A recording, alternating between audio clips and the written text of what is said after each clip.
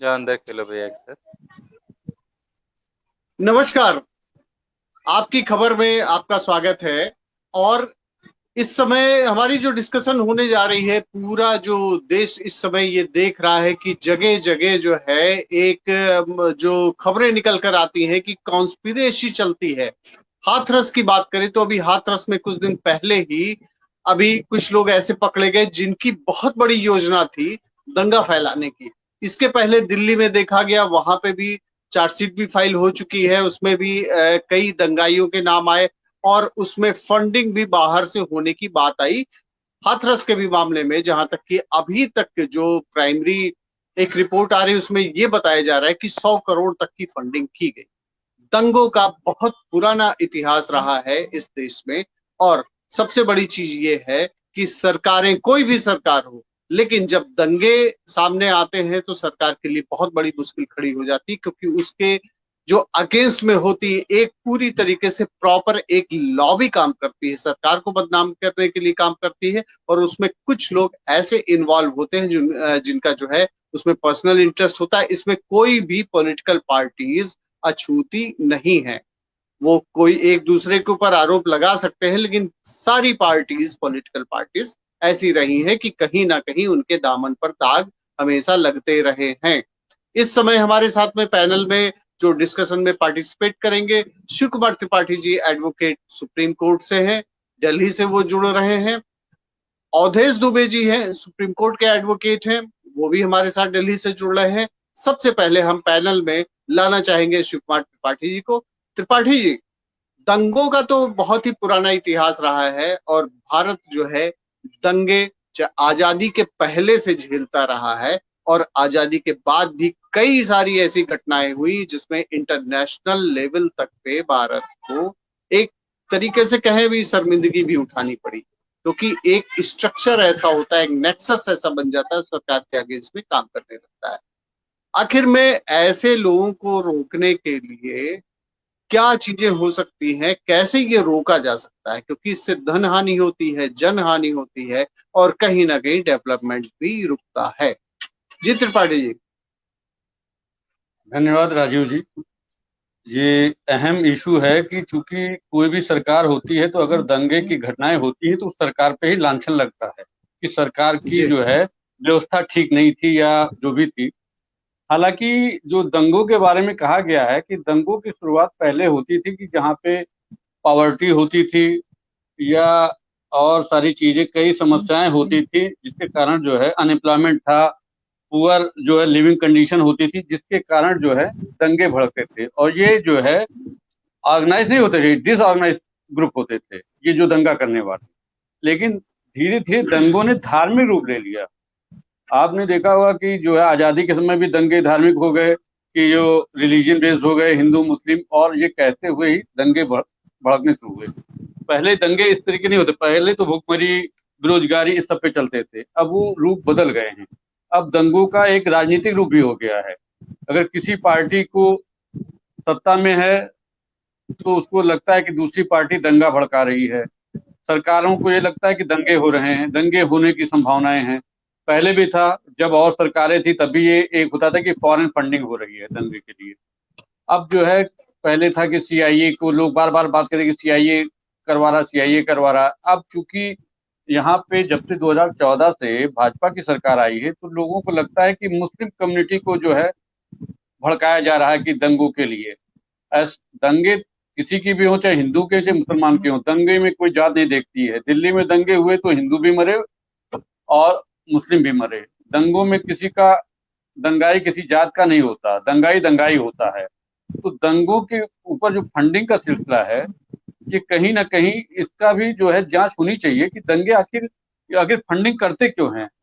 Funding हमारे यहाँ ही करते होंगे तो बट नेचुरल है, जो पैसा लेता होगा कहीं ना कहीं उसके दिमाग में दंगा कराने की सोच रहती होगी। तो हमको तो उस सोच को बदलना है कि आखिर वो उस चीज पे जाए क्यों, क्यों दंगा भड़के, क्यों किसी से फंडिंग करे। और ये चीजें कोई घटना होने के बाद क्यों आती है। जैसे हाथरस कितनी बड़ी घटना हुई, हाथरस की घटना कोई दंगे वाली तो थी नहीं। वहां पे तो एक दलित बेटी के साथ जो है गैंग रेप हुआ, जिसके खिलाफ लोग जो है आवाज उठाई गई। कोई भी पार्टियां हैं, अपना विरोध जाहिर करेंगे, सरकार उससे विरोध नहीं करेंगे तो सरकार उस पर कार्रवाई कैसे करेगी? सरकारों को कार्रवाई करनी चाहिए, ऐसी नौबत आनी नहीं चाहिए कि विपक्ष आके उनके खिलाफ बोले। कहीं ना कोई कमी रही होगी तभी विपक्षी पार्टियां गई होंगी, किसी भी प्रदेश में जा सकती हैं वहां की विपक्षी पार्टियां। तो सरकारों को खुद को ध्यान देना पड़ेगा, और दंगे को रोकने के लिए हम सभी का रोल होना चाहिए। ऐसा नहीं कि किसी व्यक्ति विशेष का या किसी सरकार के साथ जन समर्थन भी होना चाहिए। जन समर्थन रहेगा तो दंगे कभी इस देश में नहीं हो पाएंगे। जहां जन समर्थन टूटते हैं, लोगों की भावनाओं में कहीं डर पैदा होता है, वहीं दंगे शुरू हो जाते हैं। ये दंगे जो है किसी के लिए अच्छे नहीं होते हैं। बॉम्बे जब दंगे हुए थे तो बॉम्बे में 3.4 बिलियन डॉलर का नुकसान हुआ था 1993 में जो है। तो ये दंगे आपके आर्थिक स्थिति को भी जर्जर करते हैं, आप में जो है डर पैदा करते हैं, आप किसी से मिलने मिलाने सामाजिक उस स्तर से भी दूर भागने लगते हैं, और विभिन्न प्रकार की समस्याओं को पैदा करते हैं, और देश को एक कमजोर करने के तरफ लेके जाते हैं। तो दंगा दंगा कभी अच्छा नहीं होता है। दंगे को कभी भी सपोर्ट नहीं करना चाहिए, और दंगे के आड़ में कभी सरकारों को बचना नहीं चाहिए कि दंगे होने सही वाले बात। हैं। अरे है तो आपका ये कार्य क्या है? आप सरकार क्यों चला रहे हैं? सरकार तो इसीलिए चलाई जाती है ना कि हमारी जनता सुरक्षित रहे, उसको सुविधाएं मिले, सारी चीज मिले, कोई ऐसी घटनाएं ना हो जो देश हित या प्रदेश हित के लिए नुकसानदेह हो। अगर आपको ये चीजें पता मिलती है तो सरकार का ये दायित्व होता है कि सबको साथ में लेके चले, लोगों की ये कभी डर ना रहे। दंगे डर से पैदा होते हैं, डर अगर है किसी को तो दंगे करते हैं। इन सारी चीजों को बचने के लिए सरकार और जनता के बीच में हमेशा खुला संवाद रहना चाहिए। और जहां जी पे जी। अगर कहीं विपक्ष या कोई जनता आवाज उठाती है तो उस पे सरकार को बड़ी मानवीयता दृष्टिकोण से ध्यान देना चाहिए। चाहे किसी का भी हो, प्रोटेस्ट तो कोई करेगा, किसी से विरोध हो सकता है, तो उस विरोध पे हमको चलिए, अभी कैसे अभी समझाया हम जाए। फिर अभी हम फिर वापस आएंगे आपके पास में। हमारे साथ में इस समय अवधेश दुबे जी भी हैं। दुबे जी, ये बताइए, ये जो दंगे हो रहे हैं, अभी आपने देखा कि दिल्ली का दंगा अभी आपने देखा ही, वहां पे जो है कई लोगों के नाम सामने आए, उनके खिलाफ चार्जशीट भी फाइल कर दी गई।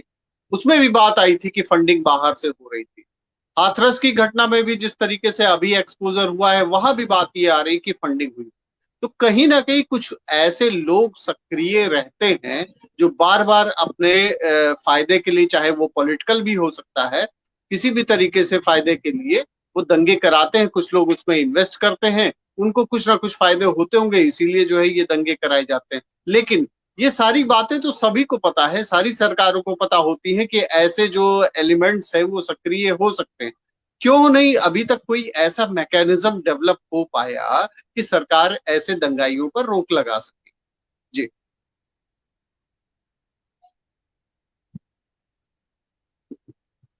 आपका माइक ऑफ है।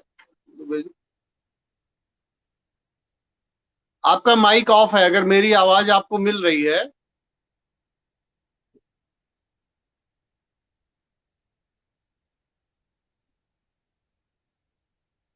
नेटवर्क इशू आ गया होगा। मेरे ख्याल से कुछ नेटवर्क का इशू आ गए हैं।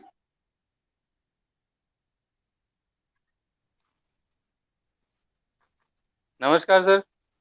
धन्यवाद। जी नमस्कार। अब आ रही है आपकी आवाज। मेरे जी ख्याल जी से आपने मेरी आवाज को सुन लिया था क्या, जो मैंने सवाल पूछा जी, था? बिल्कुल बिल्कुल बिल्कुल।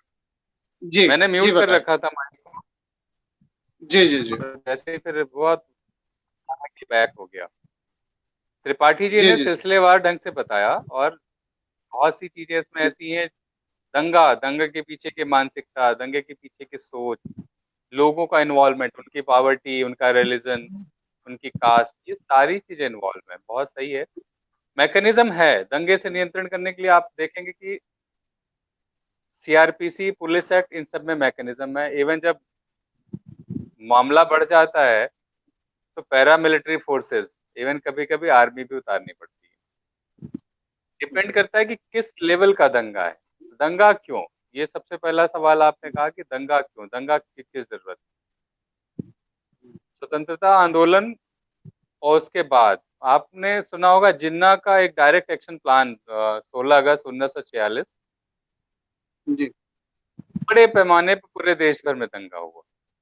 तो ये जी। दंगा था तो दो रिलीजन के बीच में। ये एक जनसंहार का, ये था तो दो रिलीजन के बीच में, लेकिन ये था पॉलिटिकली मोटिवेटेड। इसके पीछे एक जी पॉलिटिकल गेन था कि हमको एक पर्टिकुलर स्टेट या एक पर्टिकुलर डोमिनियन या एक पर्टिकुलर नेशन डिवाइड करके ले लेना है अपने इस रिलीजन के लिए। यही मोटिव था। खैर, कमोबेश वो मुस्लिम लीग के स्थापना से लेके और वहां तक वो सफल हो गए। आजादी के बाद भी क्योंकि चीजें थी, बहुत नया देश मिला था, बहुत सी चीजें करनी थी, धीरे धीरे होती रही। तो जो गरीबी, अशिक्षा, एक अनरेस्ट पैदा करने के लिए बहुत पर्याप्त होते हैं। जी बिल्कुल। र्यूमर्स अशिक्षितों में बहुत तेजी से फैल जाते हैं। जी आप कोई भी बात शुरू करिए और वो एंड तक पहुंचते पहुंचते पता चलता है बहुत बढ़ चढ़ के पहुंच गई। अभी जैसे आप जी दिल्ली के दंगों का जिक्र कर रहे थे, तो दिल्ली के दंगों में भी जी फंडिंग निस्संदेह, क्योंकि जिस लेवल पे तैयारियां थी या जिस लेवल पे वो किया गया, वो बहुत कलेक्टिव कॉन्स्पिरेसी थी। जी कॉन्स्पिरेसी बहुत बड़े लेवल की थी वो, और बहुत निस्संदेह बिना फंडिंग के इतना बड़ा ऑर्गेनाइजेशन या इतना ऑर्गेनाइज क्राइम नहीं हो सकता। सीआरपीसी का अनलॉफुल असेंबली से लेके और वो सारा रियॉट अफरेज जो भी प्रोविजंस हैं, इन इन चीजों के बारे में बताते हैं कि 5 या 5 से अधिक लोग मिलके किसी कॉमन ऑब्जेक्ट को फुलफिल करने के लिए, फर्दर करने के लिए पार्टिसिपेट करते हैं, तो वो उसके पार्ट हो जाते हैं और फिर वो सब लोग उसी काम के लिए लाइबल होते हैं। अगर उस पार्टिसिपेशन में किसी का मर्डर होता है तो उस पार्टिसिपेशन के लिए वो रिस्पॉन्सिबल अगर पाए जाते हैं, उसी के लिए उनको पनिशमेंट हो। तो मैकेनिज्म का जी हमारे यहाँ कमी नहीं है। और रही बात कभी कभी इंटेलिजेंस फेल्योर की, हम्म, अगर होता कुछ है तो इंटेलिजेंस फेल्योर होता है कि अगर टाइम से नहीं बता पाए कि मॉब में क्या चल रहा है, प्लानिंग में क्या चल रही है, क्योंकि सरकार के पास बहुत से मेजर्स हैं। जैसे ही कहीं हम्म, अनरेस्ट होता है उस पर्टिकुलर एरिया में वो इंटरनेट बंद कर देते हैं, उस जी पर्टिकुलर एरिया में वो पैरामिलिट्री फोर्सेस लगा देते हैं कि यहाँ से हम्म, कोई भी चीज बाहर ना निकले या बहुत मूवमेंट ना हो। रही बात पॉलिटिकल, तो ये अभी तक हम बहुत, ये कोई नई बात नहीं है। किसी भी दंगे के पीछे होता तो स्पर ऑफ मोमेंट पे है, अचानक कोई चीज घटित हो जाती, उस घटना को बढ़ाना, जैसे कहीं आप देखिए किसी कपड़े में कहीं छेद हो जाए, तो अगर कोई उसको बढ़ाना चाहे तो उंगली डाल डाल के उसको फाड़ देगा पूरा, वो रिपेयर भी नहीं हो सकता। वही हाल हमारे सोशल फैब्रिक का है। ये जो सोसाइटी का जो फैब्रिकेशन है, अलग अलग जातियां, अलग अलग धर्म एक एक फैब्रिक निर्माण करते हैं। अगर इनमें कहीं भी पैबंद है या कहीं भी कमजोरी है तो उनको कोई भी ऐसा जो इंटरेस्टेड आदमी है उंगली डाल के बढ़ा सकता है। अभी ये जो घटनाएं हो बिल्कुल। रही हैं, एक जी हुआ तो एक सामान्य अपराध की तरह, ऐसा है कि सिर्फ दलित के साथ हुआ अपराध या किसी हम्म, ओबीसी के साथ हुआ अपराध या किसी, सबके साथ हो रहे हैं अपराध। अभी आप लोगों ने देखा बिल्कुल। होगा लाइन लगा के, इतने न्यूज सोशल मीडिया पे आ रहे हैं, यहाँ 5 आदमी मार दिए गए, इस घर में रेप भी हुआ, उसका मर्डर भी हो गया। ये तो इशू नहीं बना, ना इवेंट बना। क्यों? क्योंकि इस कम्युनिटी, जिस कम्युनिटी में वो हुआ, उनको बरगलाना आसान नहीं था। जी वो रोड पे नहीं आते, उनके लिए मेजर है वो हम्म, कोर्ट चले जाएंगे, अलग तरीके से उनका जो रिप्रेजेंटेशन होगा, सीएम को, बहुत सही। पीएम को, राष्ट्रपति को। बिल्कुल। लेकिन जो अशिक्षित है, ये एक बेस है हम्म, अशिक्षितों को। और इनको बरगलाना या इनको लालच देना, इनके जमीर को खरीद लेना, ये बहुत सी चीजें उनके लिए आ जाती है, क्योंकि उनका उस तरीके का संस्कार का पैटर्न नहीं है। उनको वैल्यूज से बहुत मतलब नहीं होता। वो एक बिल्कुल। और स्टेटा में उस तरीके से जी रहे हैं और उनको उस जीने की ऐसी आदत हुई है कि उनको अगर कोई 10 रुपए भी देता तो उनके लिए बड़ी बात हो जाती। तो हम्म, उनको लगता है अरे ये, और वो घटना हुई क्या, देखिए ना हम देखने गए ना आप देखने गए, वो घटना हुई क्या हुई, जो फर्स्ट रिपोर्टिंग है उसकी क्या थी, बाद में किसके बहकाने पे उसको कन्वर्ट किया गया। अभी जैसे कुछ चीजें छन के आ रही है, एक्यूज कर रहे हैं हमारा नार्को एनालिसिस कर लो, नार्को टेस्ट कर लो, वो जो सारी चीजें हो रही हैं उसके बाद जो पॉलिटिकली मोटिवेटेड लोग हैं, आप देखिए कि जो शेड्यूल कास्ट है हमारे यहाँ, आज भी जी वो वोट बैंक पॉलिटिक्स में लोगों के लिए बहुत सॉफ्ट टारगेट है। मुस्लिम बिल्कुल। बहुत सॉफ्ट टारगेट है। इनको बरगलाना, जो पॉलिटिकली वेस्टेड इंटरेस्ट वाले लोग हैं, वो अपने हिसाब से उनको डील करते हैं। जी और इतना आसान, आप देखिए कि मैंने कई पीछे भी देखा, जैसे SC/ST एक्ट पे सुप्रीम कोर्ट का जजमेंट, एक फेयरनेस जो होनी चाहिए किसी भी, क्योंकि लॉ के लिए तो सब बराबर है। इतने साल आजादी को हो गए, चीजें बहुत सी बदल गई, अब वो वेपन की तरह यूज होता है, हम लोग रोज देख रहे हैं। लेकिन किसी की हिम्मत नहीं है कि उस उन कानूनों में बदलाव कर सके, एक अलग से प्रोविजो डाल के उसको और स्ट्रिक्ट बना दिया जाता है। क्यों? क्योंकि इनको फेथ में लेना है, इनको विश्वास में लेना है कि तुम्हारा इंटरेस्ट प्रोटेक्ट करेंगे, कहीं से नुकसान नहीं होगा। सरकारें लगातार प्रयास करती हैं, लेकिन ये एम्पावरमेंट जो है वो मिसयूज में चला जाता है। खैर, हम उस मुद्दे पे है नहीं, मुद्दा हमारा दंगे का है। दंगे में जिससे कहा ना अभी त्रिपाठी जी ने कि बरगलाना आसान है, अशिक्षा, बेरोजगारी, गरीबी, ये आज भी वो मुद्दे हैं। सबसे बड़ा मुद्दा तो शिक्षा है, शिक्षा और संस्कार। ये दो चीजें जिस भी सोसाइटी में लैक करेगी, वो सोसाइटी कभी खड़ा नहीं हो सकता। और पॉलिटिकल मोटिव, एक बात बताइए, क्यों दुनिया के देश चाहेंगे कि आप डेवलप करें? क्यों कोई पॉलिटिकल पार्टी चाहेगी कि आप स्मूथली रन करें?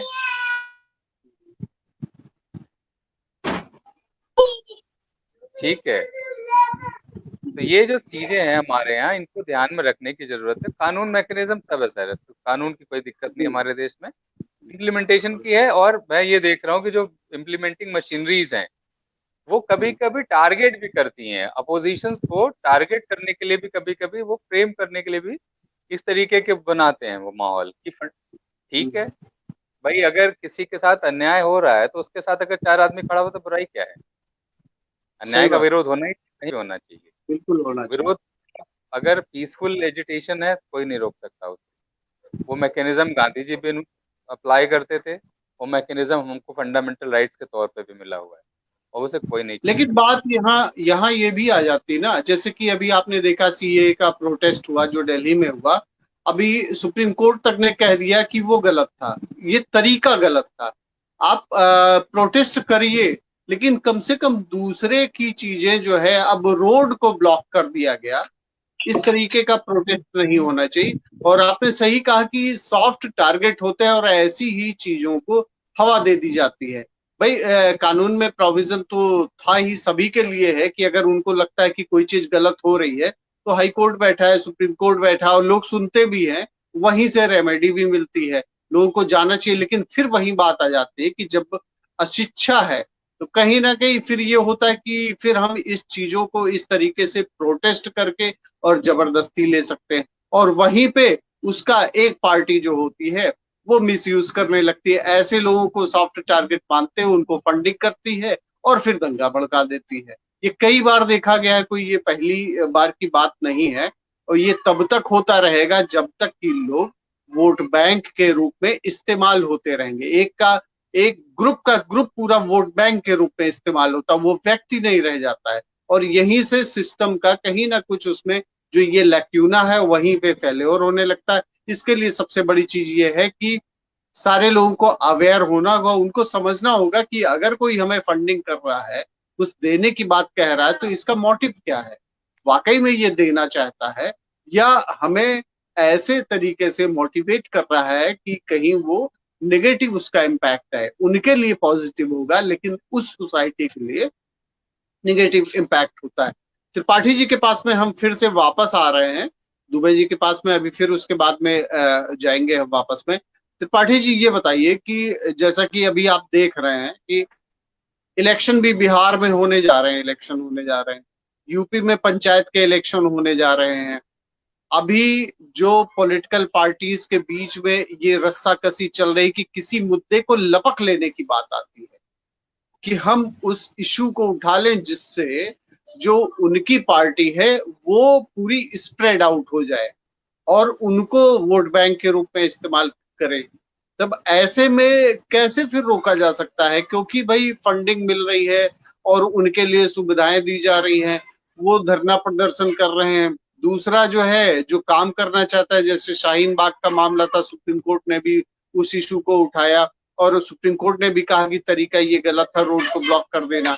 तो ऐसे में जब तक कि कानून की मार बहुत ही ऐसा अप्रोच होना चाहिए कि कोई कानून तोड़े ही नहीं। अगर ये डर होगा, जिस तरीके से अभी जो लोग पकड़े गए हैं, अगर उनको सजा होने लगेगी, तो मुझे नहीं लगता कि फिर आगे कोई और दंगा जो प्रायोजित भी होगा तो लोग दंगा नहीं करेंगे। आपको क्या लगता है? देखिए, दंगे का स्वरूप समय अनुसार बदलता रहता है।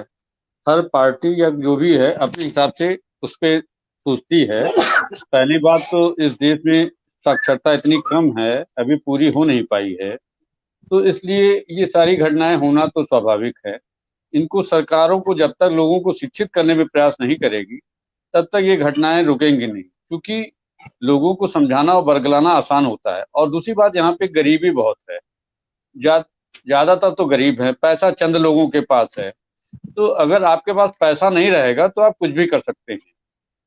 बिल्कुल सही। इसलिए कि आपके पास जब रोजगार होगा, आप खाली नहीं रहोगे, तो आप ऐसी घटनाओं की तरफ ध्यान में नहीं दोगे।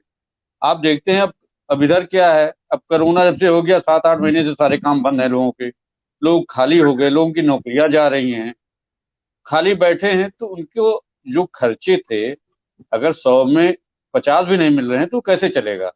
तो अब उसके लिए जो फंडिंग वाली कंपनियां हैं वो तो तैयार हैं कि हम फंड करके अब ये बवाल कराएं वो कराएं। अब सरकारों को चाहिए कि कैसे लोगों को खाली बैठने ना दिया जाए, उनको रोजगार में लगाया जाए, उनको शिक्षा में लगाया जाए, उनकी सारी समस्याओं का समाधान करने का प्रयास किया जाए। अभी आपके सामने अगर आपके मोहल्ले में 4 लोगों को जॉब मिलता है तो आप भी आराम से होंगे कि 5वें दिन हमको भी मिल सकता है।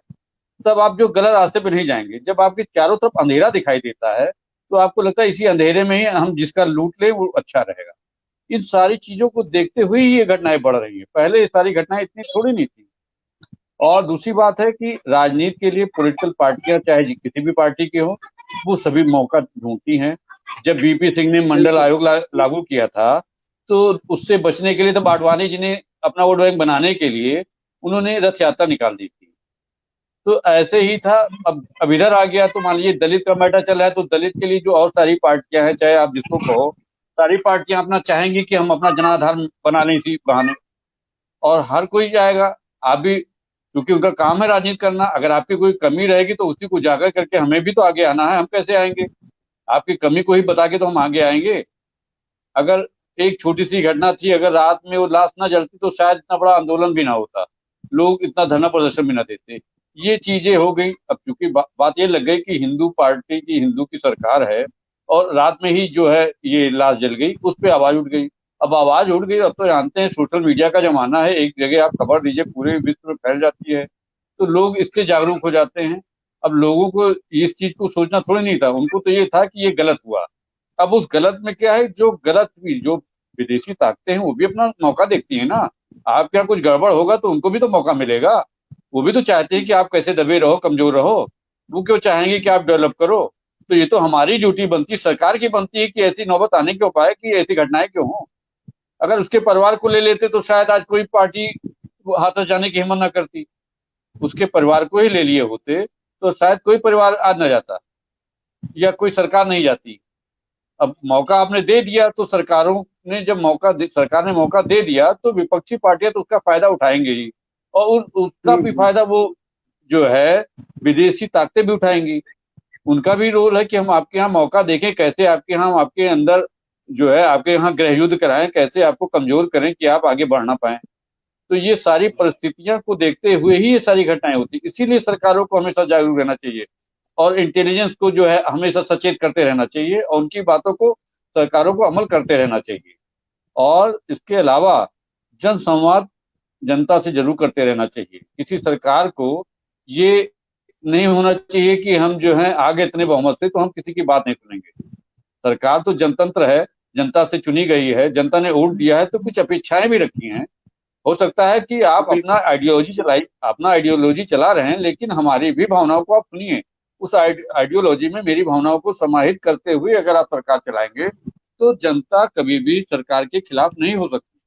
कहीं ना कहीं ऐसा मौका सरकारें दे देती हैं, कहीं की भी हो।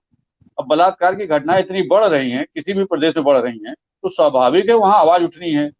किसी भी हो, चाहे यूपी हो, बिहार हो, राजस्थान हो, कहीं भी हो, अब घटनाएं हो रही हैं। आज ही मैंने देखा कि आज जो जेडीयू ने उसको टिकट दे दिया, जिसकी मंजू वर्मा को, जो वहां पे आपने सुना था बिहार में जो मुजफ्फरपुर का कांड था वो इतना बढ़ गया था, उस हाँ पे फिर अब टिकट देने से क्या मतलब होगा? जब आप क्रिमिनल या ऐसे सपोर्ट करने वाले लोगों को टिकट देंगे तो स्वाभाविक है घटनाएं बढ़ेंगी।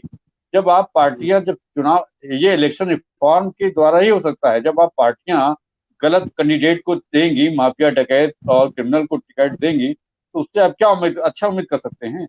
राजनीति से अच्छे लोग अब नहीं, बाहर देखिए जाते जा रहे सबसे हैं। सबसे बड़ी चीज जो है, जो दुखद एक पहलू है इसका, कि क्रिमिनल्स को टिकट तो पॉलिटिकल पार्टीज देती है और जनता उनको जिता भी देती है। जनता डर के मारे तो जिता देती ये है। नहीं, सुनिए, जनता दहशत में भी तो रहती है।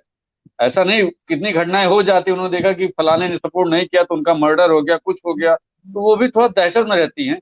जब सरकार का कदम आगे सोच वाली रहेगी कि जनता को ये बताया जाए कि जो है क्रिमिनल को नहीं देना, इलेक्शन कमीशन को ये प्रयास करना चाहिए कि हर, अभी हुआ था कि सबको अपना जो है पेपर पे और वेबसाइट पे डालना है। किसी ने दिया कोई रिपोर्ट आपने सुनी कि किसी क्रिमिनल ने जो अपना मतलब क्रिमिनल अपना रिकॉर्ड दिया, जो है जो चुनाव आयोग ने मांगा था? किसी ने नहीं दिया। पता ही नहीं चल अरे पाया यहाँ कि तक कि किसको क्या एफिडेविट भी डालिए। छिपा लेते हैं, फॉल्स एफिडेविट फाइल कर अब देते हैं। और कौन बोलने जाए? ऐसे लोगों के खिलाफ तो लोग आवाज भी नहीं उठा पाते हैं कि हम जो, अगर हम जानते भी है तो हम जाएंगे कि पता चला कल हमारा ही परिवार नहीं रहेगा। लोगों में दहशत भी है, तो इस दहशत को जब दूर करेंगे ना, तब सरकारें, तब जनता जो है खुल के मतदान कर पाएगी। और अच्छे लोग जब तक नहीं आएंगे तो ये दंगे और वैसे ही घटनाएं होती रहेंगी। पढ़ा लिखा समाज कभी नहीं चाहता कि कोई जो ऐसी गड़बड़ हो जिसपे मेरी छवि पे दाग लगे, लेकिन क्रिमिनल की छवि पे दाग लगने से वो और मजबूत हो जाता है। ये सही बात। टेंडेंसी बन गई है। आपके यहाँ अगर कोई साइकिल हम्म, से वोट मांगने आएगा, आप उसको वोट नहीं देंगे। नहीं, अगर कोई सही मर्सिडीज से बात। आता है तो आपको लगता है कि हमारा जन नेता बड़ा तेज, बहुत ताकतवर है। उस समय आप नहीं सोचते ये हम्म, ताकत जो है हमको कितना फायदा देगी, कितना नुकसान देगी। ये तो जनता को हम्म, सोचना है और चुनाव आयोग को इस पे अमल करना है।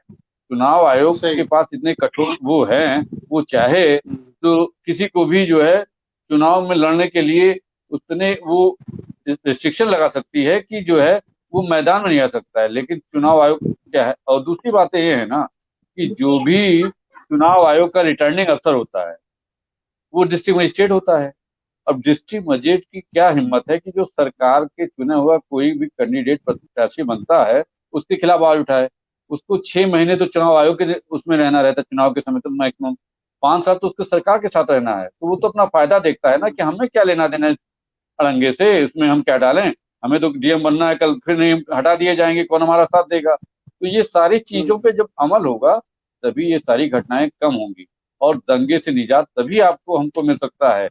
और किसी अप्रिय घटना से, जो आज बलात्कार हो रहा है, अब जब बलात्कारी चुनाव लड़ेगा और उसको भी चुनाव पे रोक नहीं लगेगी तो आप कैसे कह सकते हो कि वो अच्छा काम करेगा? देखिए एक बड़ी तो बहुत ही अच्छी बात ये हुई है कि जो यूपी का अभी सिद्धार्थनगर डिस्ट्रिक्ट है, अभी वहां पे एक बलात्कार का जो आरोपी था, रेप एक्यूज्ड था, 5 दिन के अंदर फास्ट ट्रैक कोर्ट ने उसको सजा सुना दी है।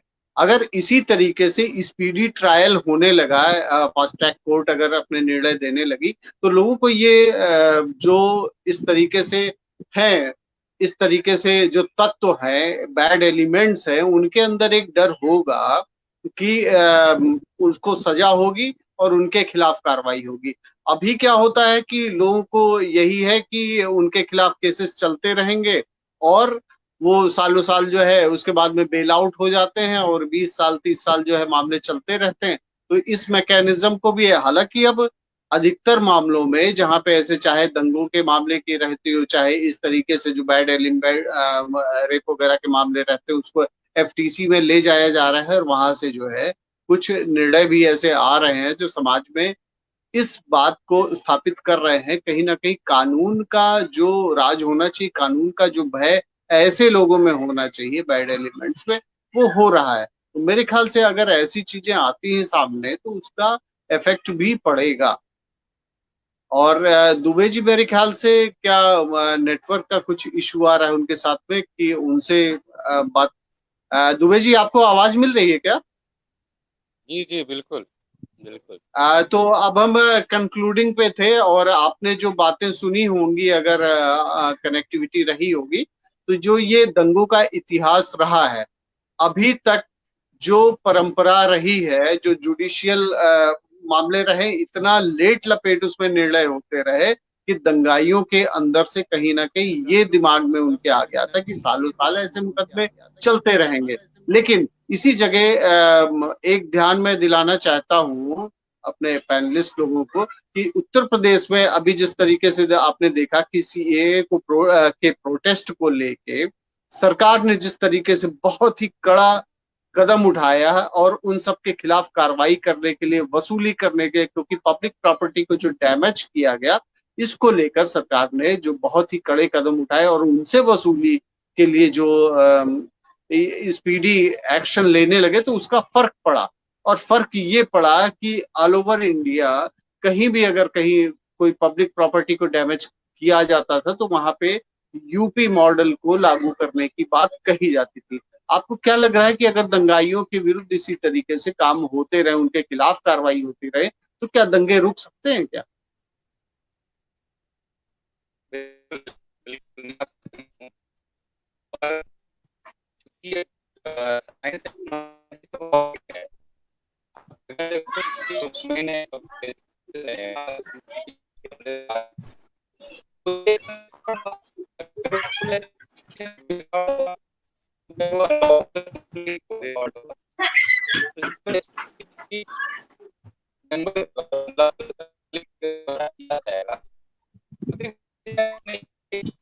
एलिगेशन होगा कि गवर्नमेंट है उसके द्वारा किया गया जो डैमेज होगा आप सकते हैं, उससे उतना कंसिडर करा सकते हैं कि आपने नुकसान किया, काफी बड़ा है।